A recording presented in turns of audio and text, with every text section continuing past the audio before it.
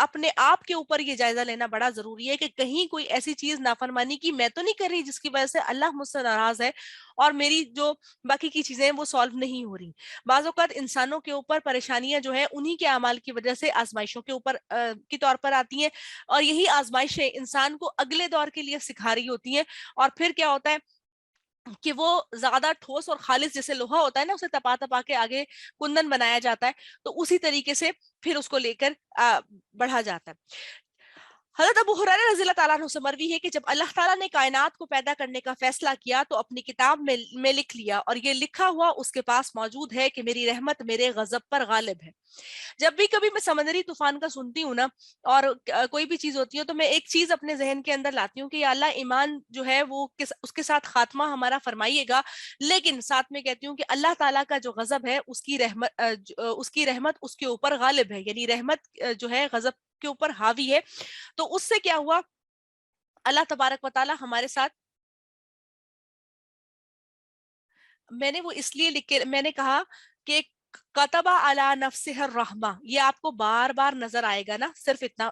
یہ اس لیے کہا لکھ کے لگانے کے لیے کہ انسان کو جب یقین ہونا کہ اللہ کی رحمت مجھ پر ضرور ہوگی, تو یہ اس لیے کہا کہ لکھ کے لگاؤ گی نا. تو مراد کہنے کا یہ تھا, یعنی پڑھنے کے لیے, ریپیٹیشن کے لیے انسان کسی چیز کو بار بار دیکھتا ہے تو وہ اس کے ذہن کے اندر راسخ ہو جاتی ہے. تو یہ اس لیے میں نے کہا کہ اللہ تعالیٰ نے فرمایا اس آیت کے جو حصہ آ رہا ہے اس کے اندر کہ اس نے اپنی رحمت کو اپنے اوپر لکھ لیا ہے, اور یہ جملہ اللہ کے عرش کے اوپر بھی لکھا ہوا ہے کہ اس کی رحمت اس کے غضب کے اوپر غالب ہے. ٹھیک ہے, یہ انسان کو وہ حوصلہ دیتی ہے کہ رب میرے اوپر ضرور مہربانی کرے گا, مجھے ضرور اس مشکل سے نکالے گا, ضرور میرے لیے آسانیاں کرے گا. یعنی ایک لکھنے سے کیا ہوتا ہے کہ جب میں بار بار کسی کمرے سے گزروں گی تو وہ مجھے لکھی ہوئی چیز سامنے نظر آئے گی نا, کہ اللہ تعالیٰ رحمان الرحیم ہے, اس نے اپنی ذات کے اوپر رحم کرنا لکھا ہوا ہے, تو وہ مجھ پر ضرور رحم کرے گا. تو یہ بہت ساری چیزیں جو ہے وہ انسان کو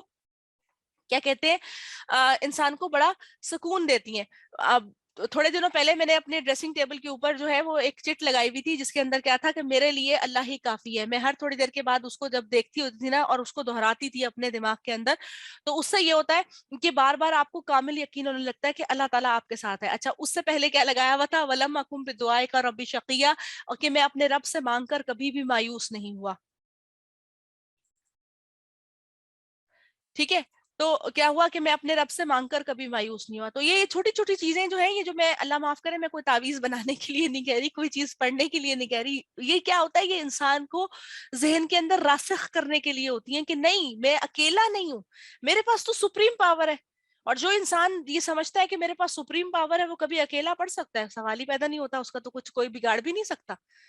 ٹھیک ہے, تو یہی چیز کہہ رہی ہوں کہ اللہ تبارک و تعالیٰ نے اپنی رحمت کو اپنے غضب کے اوپر جو غالب کر رکھا ہے, تو وہ ہمارے لیے بڑا باعث سکون ہے کہ اللہ تبارک و تعالیٰ قیامت کے دن ہم پر ضرور رحم فرمائے گا. اور اگر آج ہمارے کسی قسم کی کوئی بھی چیز مشکل کے اندر پڑی ہوئی ہے تو اللہ تعالیٰ ہمیں اس سے ضرور نجات دے گا اور آسانی کی طرف لائے گا. قیامت کا دن آنا اللہ کی رحمت کا ایک حصہ ہے. کیوں؟ کیونکہ اگر میں بھی سارے کے سارے پیپر کی تیاری کر رہی ہوں, آپ بھی کر رہے ہو, ہر چیز کر رہے ہو, لیکن کفار نہیں کر رہے. ٹھیک ہے, وہ مزے سے عیش کر رہے ہیں, کھا رہے ہیں, پی رہے ہیں, ڈانس بھی کر رہے ہیں, شراب بھی پی رہے, ہر وہ برا کام بھی کر رہے ہیں, اور ہم اپنے دامن کو الحمدللہ اہل ایمان ہونے کی وجہ سے بچا کے چل رہے. تو وہ جو قیامت کا دن ہے نا,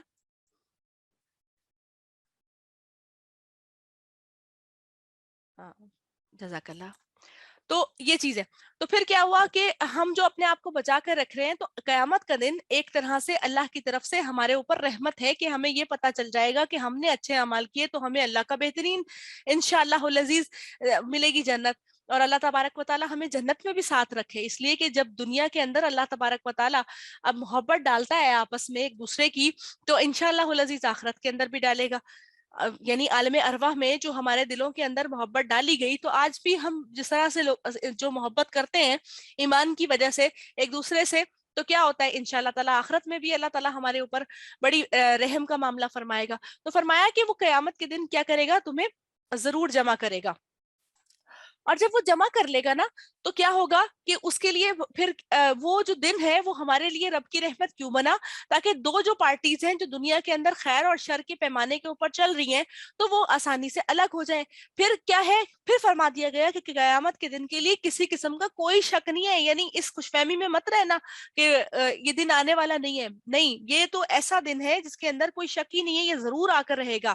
اور کیا ہوا کہ اس دن جن لوگوں نے کیا کیا تھا، برے اعمال کیے تھے، اس دن ان کو ان کا انجام سے دوچار ہونا پڑے گا، یعنی اچھے اور برے اعمال کا جواب اللہ دے گا، اور ہر انسان کو اس کو پورا پورا بدل جو ہے اللہ تبارک و تعالی دے گا۔ اور وہ لوگ جنہوں نے اپنے آپ کو خسارے میں ڈالا تو وہ کون ہے؟ جو کہ ایمان کو لے کر نہیں آتے۔ ایمان لانا اللہ تبارک و تعالی اور رسول اللہ صلی اللہ علیہ وسلم پر،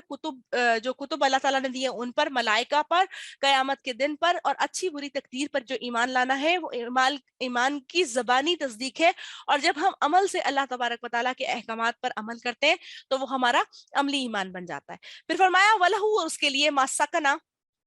جو ٹھہرا ہوا ہے، فی اللیلی و نہار، رات اور دن میں، وَهُوَ السمیع العلیم، اور وہ سننے والا اور جاننے والا ہے۔ یعنی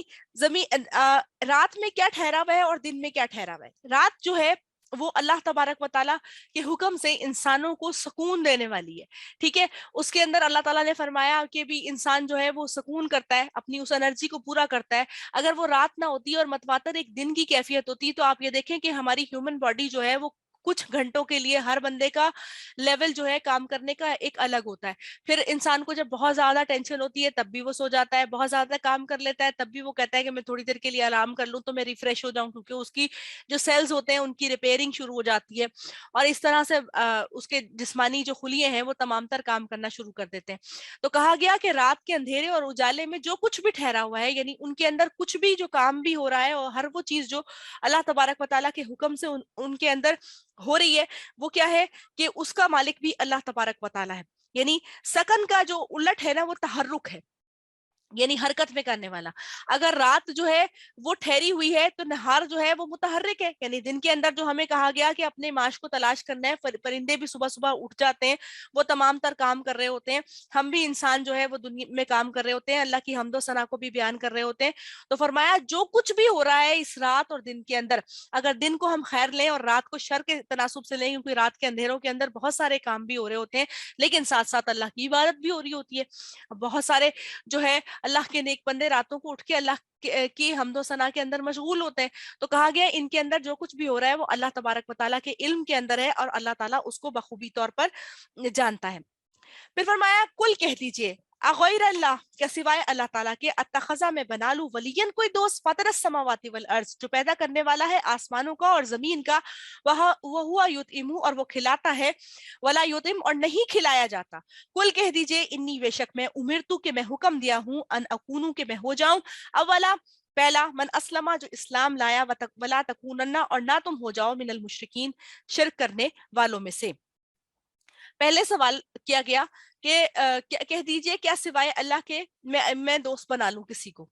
دوست بنانے سے مراد کیا ہوتا ہے؟ دوستی جو ہے وہ بہت سارے درجوں کے اندر ہوتی ہے، اور اس کا آخری درجہ جو ہے وہ خلیل ہے، یعنی ایسی دوستی جو ایک دوسرے میں پیوست ہو جائے۔ اور اللہ تبارک و تعالیٰ نے رسول اللہ صلی اللہ علیہ وسلم اور حضرت ابراہیم علیہ السلام دو کو جو ہے اپنا خلیل بنایا۔ حضرت ابراہیم علیہ السلام کو اللہ تبارک و تعالیٰ نے لقب بھی خلیل اللہ کا دیا، یعنی ان کے تمام تر عمل کے اندر ایسی چیز نظر آئی جو رب کی یاد، اس کی محبت اور اس کی اطاعت کے لیے تھی۔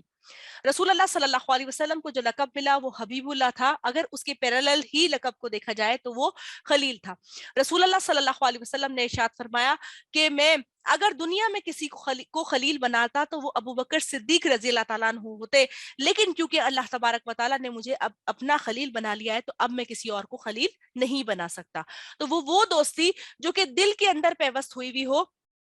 اور وہ دوستی جو کہ کیا ہو، اتنی زیادہ ہو کہ اس کی اطاعت کے بغیر جو ہے وہ سکون نہ ملے۔ تو فرمایا گیا کہ کیا میں اللہ کے علاوہ کسی اور کو دوست بنا لوں؟ کیوں بنا لوں؟ کہ فاطر السماوات والارض، جو کہ پیدا کرنے والا ہے آسمانوں اور زمین کو، جو کہ کھلاتا ہے، مجھے کھلایا نہیں جاتا، ٹھیک ہے۔ یعنی سب سے بڑی اس مالک کی کیا خوبصورتی ہے کہ نہ تو اسے نیند آتی ہے نہ ہی اونگ آتی ہے،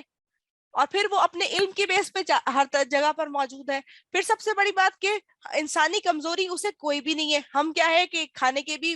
متلاشی ہیں, ہم سونے کی بھی متلاشی ہیں, پینے کی بھی متلاشی ہیں,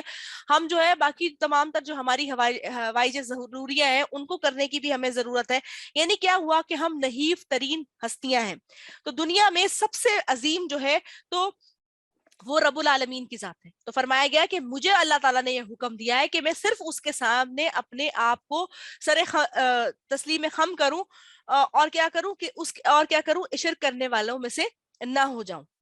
مراد کیا ہوئی کہ جو رب ہے, جب مجھے یہ سمجھ آ گیا کہ اس کائنات کا پورے کا پورا مالک, خالق, مدبر اور ہر جو کرنے والی ہستی ہے وہ رب العالمین کی ہے, تو کیا کروں میں اس کے علاوہ کیوں کسی اور کی عبادت کروں, کیونکہ رب العالمین جو ہے وہ ہمارا پالنہار ہے اور وہی ہر چیز پر تسلط کو رکھتا ہے. تو اس کے علاوہ میں کسی اور کو دوست نہیں بنا سکتا. جب ہمارے ذہن میں ایک بڑا پینوراما آتا ہے نا کہ یہ والی چیز آ جاتی ہے کہ ایک آسمان ہے اور ایک زمین ہے, ان کا کوئی مالک میرا دوست ہے, یعنی جو ابھی میں بات کر رہی تھی کہ جب سپریم پاور ہمارے دوست ہے تو ہمیں کسی اور کی دوستی کی کیا ضرورت ہے, جو ہمیں کسی اور در کو کھٹکھٹانے کی کیا ضرورت ہے. تو یہ تصور آتے ہی انسان کے دل کے اندر اسلمہ یعنی سلامتی آ جاتی ہے. سین لام میم سلامہ یعنی سلامتی, سکون, امن, اور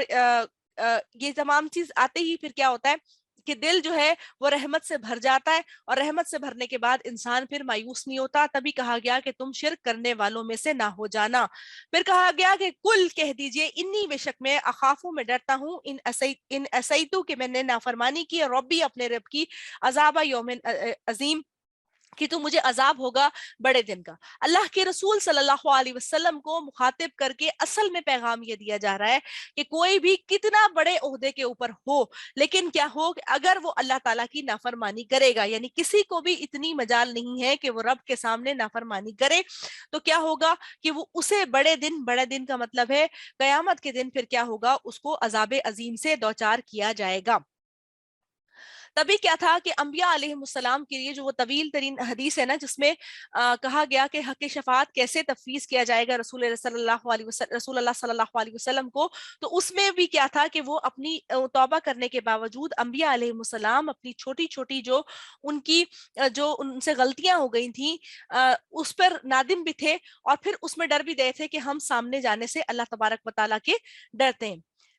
تو کہا گیا کہ میں اس دن سے ڈرتا ہوں. پھر فرمایا گیا وَمَن يُسْرِفْ اور جو پھیر لیا گیا عنہ اس سے یومئذ اس دن فقد رحمہ تو وہ تحقیق اس نے رحم کیا اس پر, وذالک اور یہی الفوز العظیم کامیابی ہے بڑی. یعنی قیامت کے دن جو بھی عذاب سے بچا لیا گیا, اصل میں کامیابی تو وہ والی بڑی ہے. دنیا کے اندر جتنی مرضی ہمارے پاس گولڈ میڈل ہو جائیں یا کوئی بھی بڑے سرٹیفکیٹ ہو جائیں یا شیلڈ سے میری الماری بھر جائے, تو یہ دنیا کے اندر یہ کوئی قابلیت نہیں ہے میری. اگر آخرت کے اندر رب العالمین نے اپنی رحمت کے اندر ڈھک لیا, اس میں جو مجھ پر رحم کر دیا گیا, تو کہا گیا کہ وہ سب سے بڑی کامیابی ہے کہ اس عذاب کو, کہ جو شدید قسم کا عذاب ہے اور آخری درجے کا عذاب وہ ہے کہ جس میں لوہے کی سلگتی ہوئی جوتیاں پہنائی جائیں گی, جس سے دماغ کی ہنڈیاں جو ہے وہ کھول جائے گی, اور وہ متواتر پہنائی جائیں گی. عذاب کا سلسلہ ایسا ہے کہ وہ متواتر والا ہے, اس کے اندر سکون نہیں ہے. ہم بعض اوقات کیا کرتے ہیں کہ جب ہمیں بہت تکلیف ہوتی ہے تو ایک پیک کے اندر ہماری آنکھیں جو ہے وہ بند ہونے لگتی ہیں, اور اس کے بعد ہمیں نیند آ ہی جاتی ہے, تو ہمیں سکون ہو جاتا ہے کہ وہ اب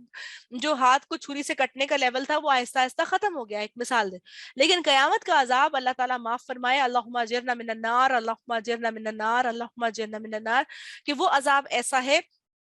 کہ وہ ایک دفعہ لاحق ہو گیا تو اللہ تعالیٰ معاف کرے, وہ کبھی بھی ہٹے گا نہیں. پھر فرمایا گیا وَإِنْ اور اگر یمسس کا پہنچائے تجھ کو اللہ تعالیٰ بدرن کوئی نقصان, فلا کاشف لہو تو کوئی نہیں ہے اس کو کھولنے والا, الا ہوا مگر وہی, یمسس کا اور وہ خود ہی اگر پہنچائے تجھ کو بخیر کوئی بھلائی, فہو علی کل شیء قدیر تو وہ ہر چیز پر قادر ہے. آیت مبارکہ نمبر 17 پہ مکمل کر لوں گی. اچھا, تو اللہ تعالیٰ نے ارشاد فرمایا کہ کوئی بھی اگر تجھے کسی قسم کا کوئی نقصان پہنچا دے تو تجھے وہ کیا ہے, اس سے کوئی ہٹانے والا نہیں ہے, اور اگر اللہ کی طرف سے کوئی خیر جو ہے وہ نازل ہو جائے تو کوئی بھی اس کو ٹالنے والا نہیں ہے. یہ بات انسان کے دل کو اتنی زیادہ سکون دیتی ہے کہ دنیا کی ساری طاقت ایک طرف ہو جائے, اور کیا ہو کہ کوئی نقصان پہنچانے کے در پہ ہو تو وہ نہیں پہنچا سکتی. اور اس کی سادہ سی مثال آپ اپنی روزمرہ کی زندگیوں کے اندر بہت ساری چیزوں میں دیکھتے ہیں کہ کوئی کام آپ گھر سے کرنے کے لیے نکلے یا کوئی کام آپ نے کرنا تھا, ساری دنیا اس کی مخالفت کر رہی تھی, لیکن رب العالمین نے آپ کے اوپر وہ احسان کرنا تھا تو وہ تمام تر چیزوں سے غائبانہ طور پہ بالکل آخری سٹیج پر بھی جاتے جاتے ہو گیا. اور ایک وہ چیز تھی جس شخص کو آپ نے زندگی میں بچانے کی آپ کوشش کر رہے تھے, کہ جیسے کوئی ماں ہے, باپ ہے, بچہ ہے, کوئی بھی, ایک مثال کے طور پر میں کہہ رہی ہوں کہ اس کو بچانے کے لیے آپ ایک ڈاکٹر سے دوسرے کے پاس, دوسرے سے تیسرے کے پاس, آپ نے پانی کی طرح پیسہ بھی بہا لیا, ہر چیز بھی کر لیا, آپ نے پوری کی پوری صلاحیتیں بھی کر لی, حتیٰ کہ جو بلڈ جو چاہیے تھا وہ بھی آپ نے ارینج کر لیا, لیکن اگر اس نے نہیں بچنا تھا تو وہ نہیں بچا. یہ سب سے بڑی جو حقیقت ہے نا موت کی, جو ہمارے سامنے آتی ہے, اس سے پتہ چلتا ہے کہ اگر ہمیں کوئی چیز پہنچنی ہے اللہ کی طرف سے تو ساری کی ساری کائنات بھی اسے ہٹانا چاہے تو نہیں کر سکتی, کیونکہ اللہ تبارک و تعالی نے اس کو دینے کا ہمیں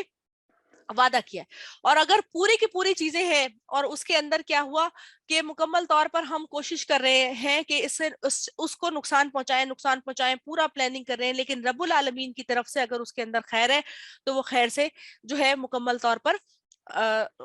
خیر میں آ جائے گا. یعنی اللہ تعالیٰ پھر کیا ہے, ہر چیز پر قادر ہے. یہاں پر میں پھر دوبارہ مثال وہی 8 اکتوبر کے زلزلے کی دے رہی ہوں کہ بہت سارے جو بچے تھے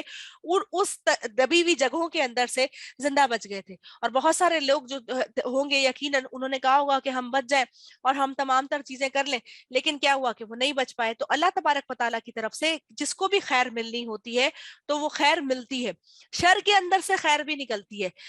بہت سارے وہ لوگ جو کہ عرب کے اس معاشرے کے اندر بہت سارے گناہوں کے اندر ڈوبے ہوئے تھے, اور اس وقت کے بہت بڑے بڑے جو کیا کہنا چاہیے